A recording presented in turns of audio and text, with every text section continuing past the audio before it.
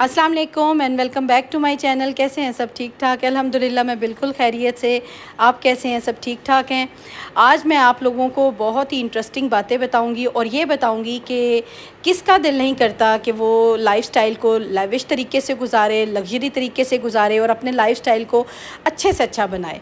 लेकिन आज के दौर में इसके लिए पैसा भी होना बहुत ज़रूरी है। लेकिन मैं आज आपको ऐसी हैबिट्स बताऊंगी, ऐसी चीज़ें बताऊंगी जिसके लिए पैसा होना तो ज़रूरी है, लेकिन हर वक्त अगर आपके पास ज़्यादा पैसे नहीं भी है ना तो कोई इशू नहीं है। मैं आज अपनी कुछ ऐसी हैबिट्स भी बताऊंगी और उसके साथ साथ मैं आपको ऐसी चीज़ें भी बताऊंगी जिससे इंशाल्लाह आपको बहुत मदद होगी और आप अपनी लाइफस्टाइल को इतना अच्छा और लग्जरी और इतना लेविश बना लेंगे ना कि सब लोग देखते रह जाएंगे इंशाल्लाह ताला। ये मेरी कोशिश है और आज का व्लॉग आपने एंड तक ज़रूर देखना है। और जिन्होंने अभी मेरे चैनल को ज्वाइन किया है और अभी तक सब्सक्राइब नहीं किया, चैनल को जो है ना सब्सक्राइब भी कीजिएगा और बेल बटन भी जो है ना उसे ऑन कर दें ताकि नोटिफिकेशन आप तक सबसे पहले पहुंचे। और सेकेंडली आप सबका बहुत बहुत शुक्रिया जो मेरी वीडियोस को देखते हैं, मुझे मोटिवेट करते हैं, पॉजिटिव कमेंट्स होते हैं और मैं उनसे बहुत पॉजिटिव फील करती हूँ और मेरा दिल करता है कि मैं उठूँ और आपके लिए कोई ऐसी चीज़ लेकर आऊँ जो आपके लिए बहुत हेल्पफुल हो।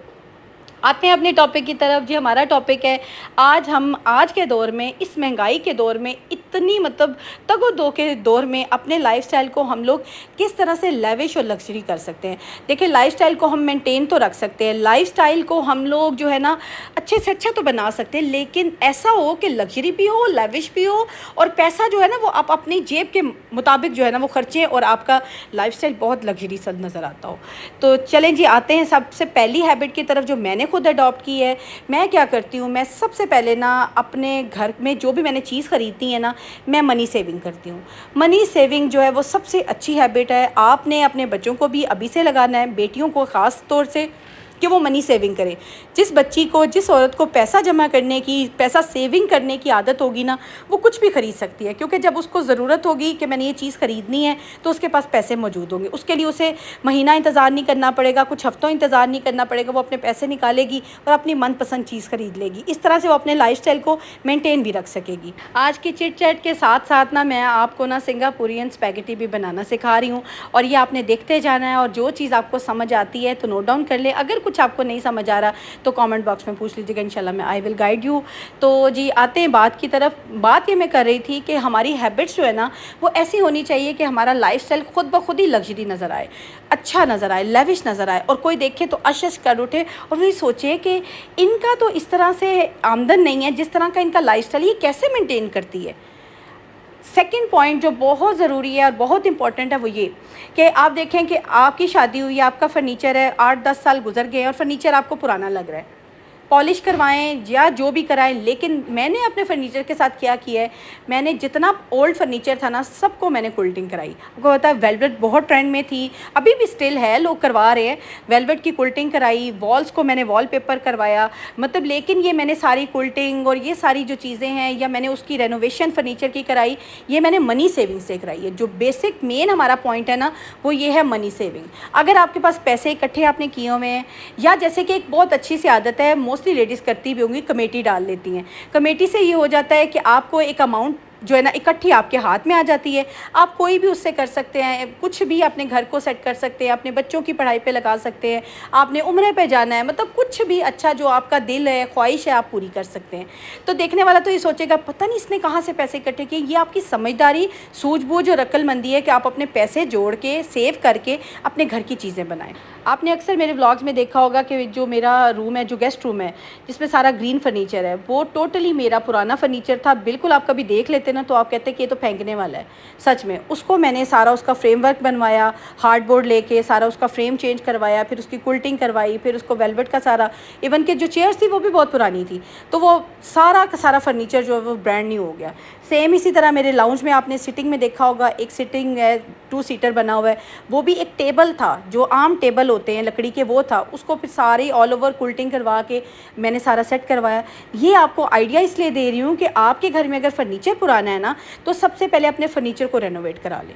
यकीन करें कि आपके घर की लुक चेंज हो जाएगी। मुझे अक्सर कमेंट आते हैं और ये एक बड़ा प्यारा सा कमेंट आया है कि आपके घर के हर रूम की एक थीम है।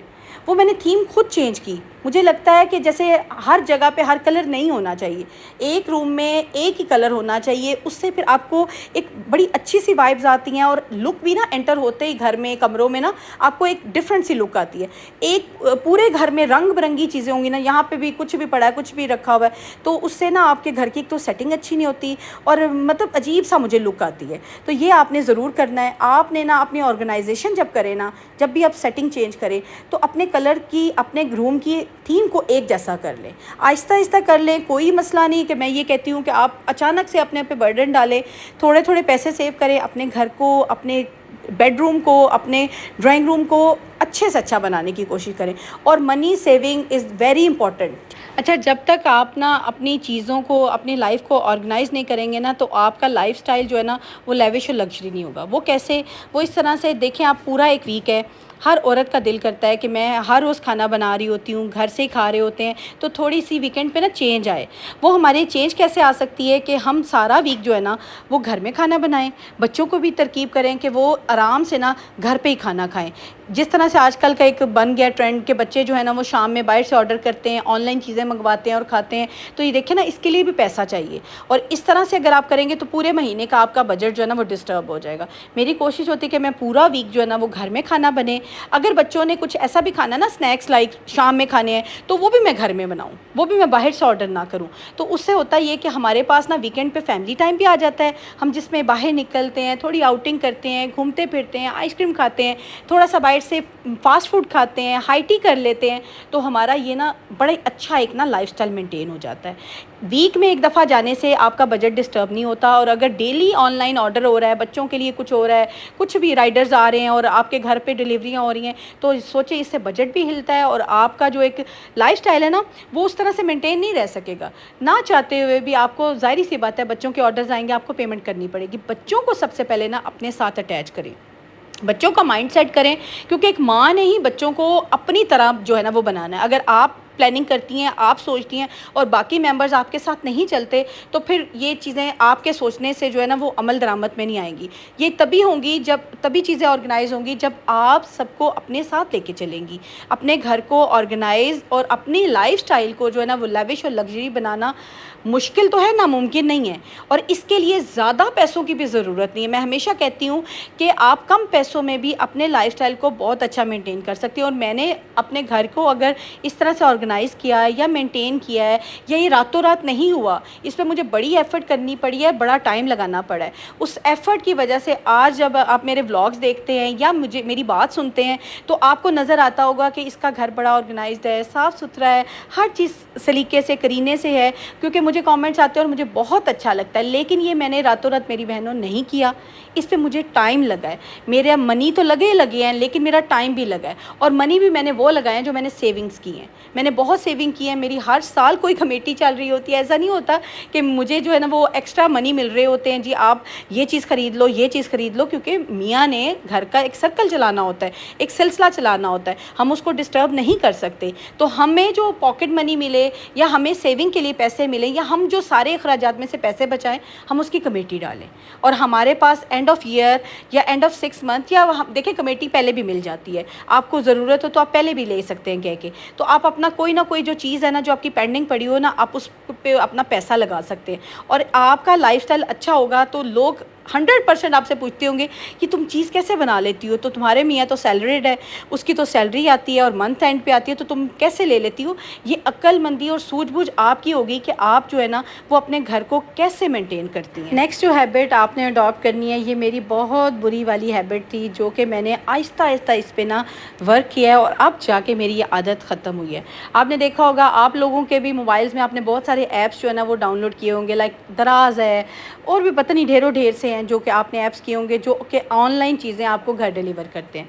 मैंने जब भी फारिग बैठना, जब मसरूफ़ नहीं हूँ, जब मेरा कोई फ्री टाइम है, तो मैंने जी अपना मोबाइल खोलना है, ऐप्स खोली हैं और जो मेरा दिल किया ना मैंने ऑर्डर कर लिया। ठीक है, आपको पैसे तो देने पड़ेंगे और अक्सर औक़ात इसमें नुकसान क्या हो जाता है कि कुछ चीज़ें आपकी ज़रूरत की होती हैं, कुछ चीज़ें आपकी ज़रूरत की नहीं होती, और कुछ चीज़ें अच्छी निकलती हैं और कुछ चीज़ें बिल्कुल जो है ना वो डिज़ास्टर निकलती हैं।